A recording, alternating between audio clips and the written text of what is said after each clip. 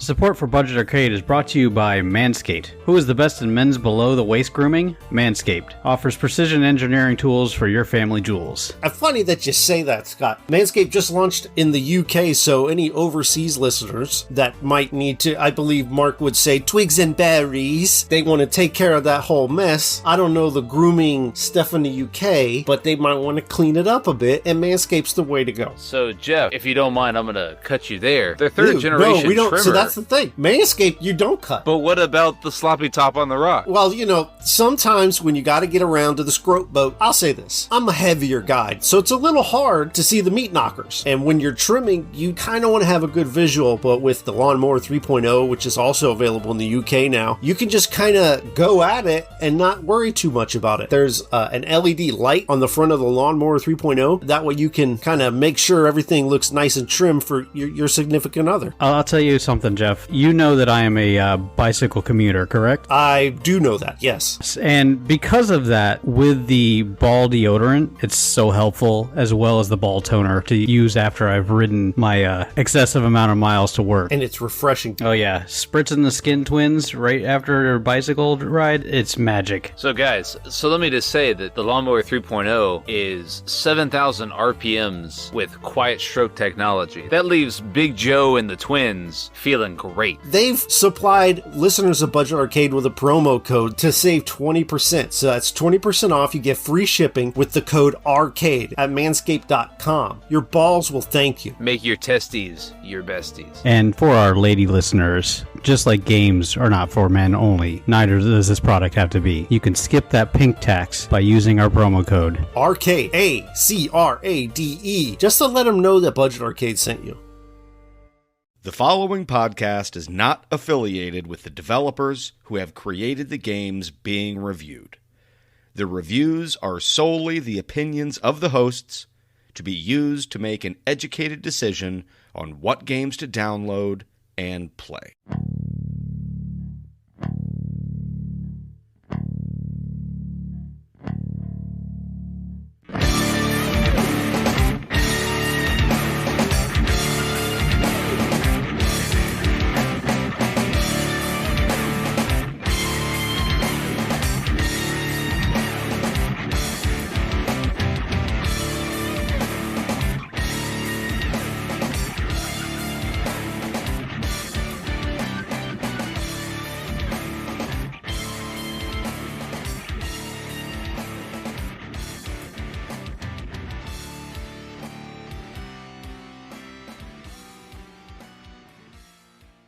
Hello gamers and welcome to Budget Arcade, a free-to-play gaming podcast to help you navigate through the growing realm of free-to-play games. I'm Scott. I'm Jeff. And I am Mark. And welcome to episode number 71. Just to recap, we play a free-to-play game every other week and then we rate and review it. Mark, what was this week's game? This week we've played Among Us. It is developed by Inner Sloth, who you may recognize from well-known titles such as Dig to China and Henry Stickmin. It's an online multiplayer social deduction game. It's on the PC and mobile.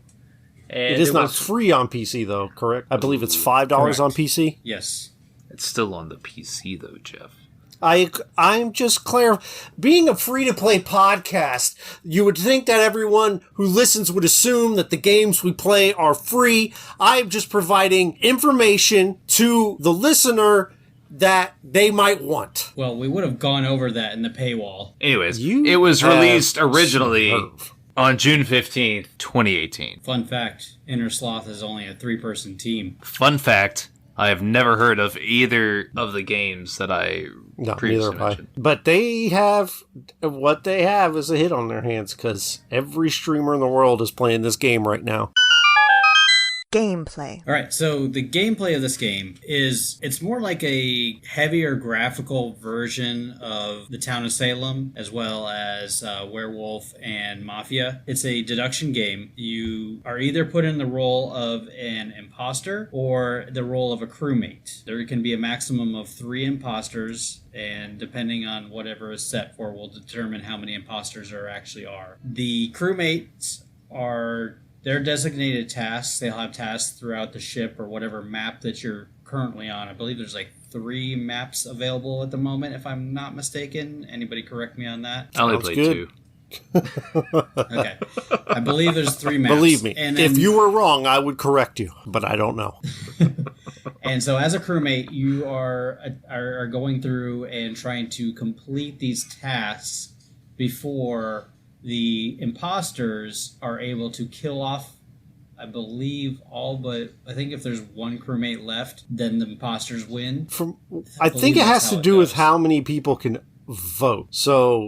I don't think it's like and I totally could be wrong because you guys are going to know more than me, but there's like basically when there aren't enough people left to vote someone out to be ejected, the imposters win, is my understanding. Yes. So if the imposters kill off enough people where there's nobody left to vote or not enough people left to vote them off, they win. They can also win by sabotaging certain items on the maps, and they will trigger events that if they are not taken care of in a timely manner by the crewmates, it basically, I guess it makes the ship self-destruct or whatnot, or I know like one of them is a oxygen-based thing, so I guess it would suffocate all the crewmates. Yeah, I didn't get any of my games to end that way. It was mostly just either they completed the tasks or I got murdered. Now, when you get murdered, you become a ghost, so you can still complete your tasks. Now, your tasks kind of think almost like WarioWare, those micro mini games, just very simple tasks you have to do. You go to a location and it pops up a simple display where you're matching colored wires, you're adjusting levels, you're just kind of syncing these things really quickly. Like the tasks don't take that long, but if you're not an imposter and you want to get your tasks done, you have to, kind of go off in separate parts of the ship, maybe go with a friend so you don't get murdered unless your friend is the murderer. And should you get murdered, you are not able to communicate in the chat anymore, at least with other people who are not dead. However, this game's best played if you're like in a Discord channel where you can actually talk with your friends and have a discussion. And with that being said, there needs to be people who honor the rules. So if you do get murdered, you can't just immediately blab, hey, Scott killed me, and then everybody votes for Scott, and that would make for bad gameplay. So it's best played with friends on comms. This game got old after 2 games, and that's my analysis of it. Oh, wow. Well, thank you. Thanks for listening. Game on. Wow. It's super popular, and Mark hates it. Well, that's fine. What's that say about Mark? That's kind of like, yep. You got a point there. Wait a minute. That's why he's got to be a contrarian with his Nintendo 64. Right. Listen, you don't be mad because I won the developer draft, all right? You didn't. I'm leading in votes, so, The draft is not completed yet. The draft is complete. Now it's the season. Oh, yeah, the draft is completed. The season is not You're complete. taking Well, it the further season's than not I even thought started you yet. would, so I just was like one and done. But okay. What are we talking about with this game? Mark didn't care. No, so this is a game, and yes, it's very popular, but how long does that last? Who knows? Probably not very did long. you play on comms? No, I played Because the game is not fun with randos, in my opinion. Right, and so you have to have a deliberate plan for playing this game, in my opinion. Yeah. With whoever you're going to play with. Yeah, I would almost compare it to something like the Jackbox games, where those games on your own, if you sit down and play Jackbox, you're not going to have any fun. But if you're in the same room with all your friends and you play Jackbox, you're going to have a great time. And I think that's what this is. This is more of like a digital board game almost, where if you have the right people together and you're all in chat and you're all respecting the rules, you can have a really great time, and it can be addictive as long as you're playing with people you like. Where to me, there is like a matchmaking's a strong word, but you can queue up with randos and there's no comms. Everything's done in the chat window, and that's not that much fun to me, because it's more fun to if we were playing for me to get murdered by Scott and being like, he got me, and then talk some smack, and that's where the enjoyment of the game lies to me. So if you didn't get a chance to play with people you know, I can understand why this game would get boring quickly. My 11-year-old daughter is very into Among Us, but when we play together and like somebody else would be an imposter and I would see the imposter kill somebody, or I'd see the imposter vent, and I'd be in the chat and I'd say something to my daughter who's sitting at the couch next to me. She would say in the chat, "Oh, my dad said this." And it would be funny to me, the response from these random people going, "What the hell are you talking about, your dad?" But at the same time, there was only the two of us communicating. And so you're right, Jeff. You have to play with people, you know. You have to play with a group almost. Right. I could see this being a great party game if you're all if you're at someone's house or you're at a party, you're like, hey, everybody got Among Us on their phones, and you sit around and pull your phones out and play. I mean, I bet that would just be epic. Obviously, we're social distancing, so if you get on Discord and do it, you can still have a good time. Yeah, I just the stipulations behind this game are what threw me off. It soured me on the game. It's a shame because this game is actually even fun with randoms. Like, so what I would do a lot of times would be like, okay, I'm going to hang with this person. And I would tell that person, be like, hey, Pink, I'm with you. And then I would follow that person for the majority of the games. And it was actually funny. I did play one game where I had grouped up with the guy who was playing on Pink. And he ended up getting imposter. And he wouldn't kill me, but the other guy who was imposter with him ended up killing me. I was like, I appreciate that, man, not killing me. Keeping our alliance there together. But here's the thing, though. If you put in chat, hey, I'm with Pink, and then you get murdered, people are going to like, well, Pink, what happened? Yeah, exactly. Yeah. So, and it was funny, though, but I gotta say this, though. He was imposter, and he, like, peeled away from me, and then the other imposter killed me. And he played it off so well. He was like, no, they killed my partner. It was just like, it was perfect because like nobody suspected him the entire game, and him and the other guy ended up winning that round because he played it off so well. So much of this game comes down to not the mechanics, because the mechanics are extremely simple. It's one button to kill. It's, basically you're doing the small menial task like I was talking about, very simple. I hesitate to even call them puzzles, but just very simple tasks. So the meat of the gameplay and what makes it good are those conversations between all the users and trying to deduce who the imposters are. Paywall. This game is free on mobile, both iOS and Android. It is, however... Now, hold on there, Scott. Hold on there. If I may, this game is $5 on PC. I hope you guys know that. I didn't want to say it too soon.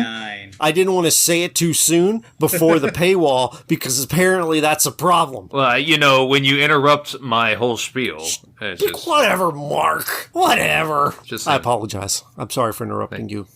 Go ahead, Scott. You were saying? I accept your apology. You're welcome. So it is $4.99 on Steam. With the mobile versions, though, you are going to encounter ads after every single round that you play. You can remove those ads for $1.99, which honestly isn't that bad of a price. Everything else behind the paywall is all cosmetics. Yeah. And so just real quick, for mobile games, that's my favorite kind of thing, as opposed to having, microtransactions to buy stuff in game. I'd rather just be able to download the game for free, decide whether I like it or not, and then pay, $2 to $5 to remove the ads. To me, that's optimal. I think that's a really great way in the ecosystem where on mobile, everything needs to be free. Otherwise, you're never going to move any units for them to work around that. We didn't mention that this game is 100% cross-play, too. So you are playing against PC players when you're on mobile and vice versa. And that's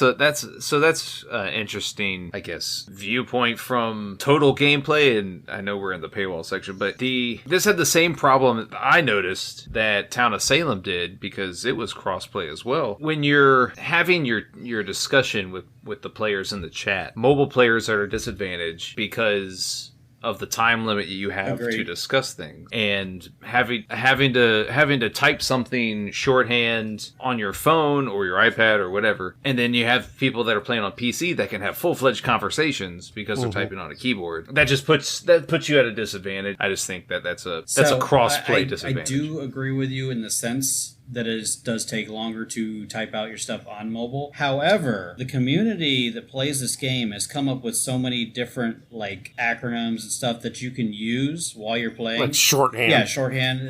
That it's if you witness somebody kill somebody, all you got to do is drop their color, and then after you do that, as long as you drop their color before they type anything out or say anything, you can do that as the afterthought. I saw black. Kill that person in there, or I saw green, kill that person. All you gotta be is like, the first thing you do as soon as you find the body and report it is be like, green, put it in the chat. As long as you get it there before green does, you can usually get them beforehand. And I had that happen a lot of times. If green has a keyboard though? I've beaten keyboard players. Legit. Like, all right. It's No, I believe you. Whoa, check out the big brain Look on at this Sky. guy. Yeah. Wow. I beat the keyboard player. Well, I mean, Android's better than iOS with that. All you got to do is swipe and it'll type it out. You can swipe on iOS doesn't iOS do too. anything right, Mark. Come on. Get out. You know what iOS does right? Win the developer draft. Oh, what? No. What does iOS have to makes do? No sense whatsoever. Yeah, it was kind of like that one time. I'm the only Apple user on this podcast, and I won the developer draft. Nope, we connected dots. The dots Those were are connected. terrible dots. Let's go back. iOS equals winning developer drafts. Whatever. Replayability. You're going to have a different experience every single time that you play this game. It's not going to be the same. I mean, if you do play with the same people repeatedly, it's going to be similar games, but because of the RNG of who gets the imposter. Not necessarily, though. Right. Yeah, because, the crew members are not always going to be the same people. The imposter's not always going to be the same people. Your tasks are going to be probably different each time, too, because you're not always going to have the same task, because there's quite a few different tasks. There's also, the fact that there's easy tasks, quick tasks, and, more complex tasks. And the person who sets up the lobby gets to pick how many tasks of each one that you're going to have, as well as how many imposters. You can do 1, 2, or 3. And so the gameplay is going to change depending on the people you're playing with and depending on the game variants that the person has put in. For example, my stepdaughter has been playing this game as well, and she was playing with a bunch of friends, and they were playing what they call hide and seek. And it's a single imposter. Everybody else goes and finds a hiding space, and that imposter has to go and find them. But the imposter's field of view is set really low, so you can only see somebody when they're directly on top of you. And I believe also that there's no reporting, and as soon as you kill somebody, the body disappears. So that's the way that game variant that they've come up with is played. Now, the game comes with that? So, feature? yeah, it comes with the ability. So the person who sets up the lobby can set the different game variants and what happens in the game, and that's just something that somebody has come up with. They're like, okay, well, I've made the imposter where they can't see very close, or very far away, and we're all gonna hide and you have to try and find us. That's cool. Yeah. So it's almost like when you get in a lobby, like if you make a private match on Halo, you can set all kind of fun rules. Exactly. That's cool. Yeah, and that's just one aspect of the replayability that you can do in this game. Plus, there's the 3 different maps, so you've got the variants of those as well. And I think the big thing's the human element, though. I mean, the fact that everything there is kind of controlled by the people playing it. So Yes. you're not playing against a computer, you're playing against a person. And so, no 2 online matches of Halo have ever been the same. And I don't know that you are ever going to have the same experience. Well, let me ask you guys this. This game came out back in 2018. Why now is this game? That's a great question. Because I think streamers have been picking it up, and I believe Ninja was playing it at one point in time, and a couple other streamers have picked it up as well, and that's really boosted the popularity of it because the younger generation is like, oh, this seems pretty fun. My stepdaughter and all of her friends are playing it. Mark's daughter's playing it. My son is playing it as well because I was able to put it on his tablet, and they're enjoying the crap out of it. So, and here's another thing that's kind of funny that I saw is that, like you said, it came out in 2018, and I think it might have been marginally successful, not to the heights it is now, because it's, one of the probably top 5 most popular games on Twitch right now. Most of the time, like top 3, is that they actually had a sequel planned and they were working on it. And when the game blew up, they said, whoa, they canceled the sequel and they said, let's just work on this game that's already making money. Yes. Which I think is smart. It's the correct move to do as a small 3-person studio. I just thought that was funny. It was like, all right, we're working on the sequel. Oh my God. It blew up. I'm sure they sold tons of copies on PC just out of nowhere. It's got to be a million seller by now, which is probably more than they ever anticipated. Well, if I remember correctly, they were at, I want to say, like 5 million users. And if most of those people are on Steam, then that's that's a good chunk there that they've made. I would wager that they're more likely on mobile just because more people have access to mobile devices. Okay, but even that, if those people on mobile are paying the $1.99 to remove ads, which they probably are, that's quite a bit of money there too. Oh, I'm sure they're raking it in. I'm sure they're doing just fine. Hence why they canceled the sequel. Right. And actually, this game is getting so popular that there are now cheaters in the game. Well, yeah, that's one of the good things about playing with people though, because this is a type of game that could be easily ruined by cheaters. Oh, yes. I actually had one game where there was a cheater in there. They were the imposter, and the cheat that they had allowed them to instantly kill another person after a kill that they had made because they, somehow circumvented the kill time. Yeah, don't cheat at games. Be a better human than that. Well, and the point that the online community I'm looking at you, Mark. Easy, Jeff. Don't be a poor sport. Well, and the point that the online community has been making about the game is the fact that you don't gain anything from cheating. Other games like Warzone, you might gain the ability to. There's no ranking. Yeah, there's no ranking whatsoever. But in these other games, you level up and rank in this other stuff. But there's nothing in this game about you cheating except for you bullying people, ruining other people's fun. Right. It's all about being a troll. What do you do with your life, man? Mark, come on. Well, I painted cabinets today, so. That's what I do with my life, Jeff. Man, you're taking this personally. These personal attacks you're taking personally. Hey, so what about this game sets it apart from, say, what's the other game that was really... No. Mafia? Because I could tell you, this game's actually playable. And because everything is lined out, what you're supposed to do, it's straightforward. Whereas Salem was just like, what is happening? What is going on? Someone help me. But Salem was a better game. Oh, God. Let's put a poll It was a better up. game. Let's put a poll up on Twitter and you can lose another one. Why, so you can lose that too? Please, I haven't lost yet. Actually, let's see. The poll should have ended today, so let me take a look at that. Yes. Please. Go ahead, Mark. Say whatever nonsense you were going to say. Anyways, what sets this game apart from the other uber popular Twitch streaming game that was popular 3 weeks ago? What was it, Knockout Guys or Fallout Guys? Yeah. So I think for me, I saw Fallout Guys and I'm like, or Fall Guys. And I'm like, it didn't look interesting to me at all. And I think it was because it was a simpler battle royale that anyone could pick up and play. And I think that's why that got popular, but it's definitely dropped off. I feel like this has definitely had a longer shelf life. And I think one of the reasons it does is because the conversations can be so interesting and it makes for good Twitch viewing, where I didn't think Fall Guys really did.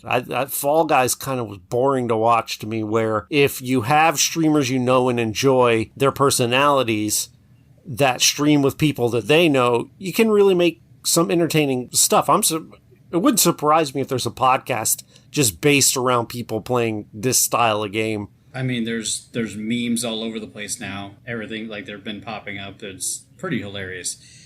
So the poll that I did on Twitter, it looks like Jeff won with 60% of the votes. So Ooh. Yes. How many votes? How many votes? Doesn't matter. Doesn't matter. That's right, Scott. That's right. So Jeff will 60%. Jeff will earn 5 points towards his draft. Yeah. Oh my god. Hey, Elliot, friend of the podcast, former co-host, sent me a text. And he said, let me grab it. Let me read it verbatim. It doesn't count unless Elliot puts it in the social sphere, okay? No. He can't just send you a text and be like, yo, you won. He knows how sensitive your feelings are. Your developer draft was superior to Mark's. He says, draft wasn't even close. He was outgunned and outmanned. Did you send that Did you send that text to yourself? No, Elliot sent it to me. Oh, okay. Go back and listen to Developer Draft if you haven't. We had a good time. All joking aside, that was a fun episode. Judgment. All right, so at the end of each episode, we vote on whether the game deserves our seal or not and requires a 2/3 votes to be approved or denied. Let's go with Mark since he hated it. Go for it, Mark. Yeah, all right, Mark, go ahead. Explain to us exactly how this game is worse than Town of Salem. Oh, okay. All right. Wait, what was the max we had to reach for the pod? What was it, 14 minutes? Oh, we're past it. 14 minutes and 7 seconds. So, yeah, okay, that guy can... That sounds like an April Fool's kick podcast. rocks. We'll release a 14 minutes and 7 seconds one of them. Yes, we should. So, Town of Salem, it took more effort to get to where the game wanted you to go. Isn't that the first game you reviewed on this show? No, it was second one, whatever. I think.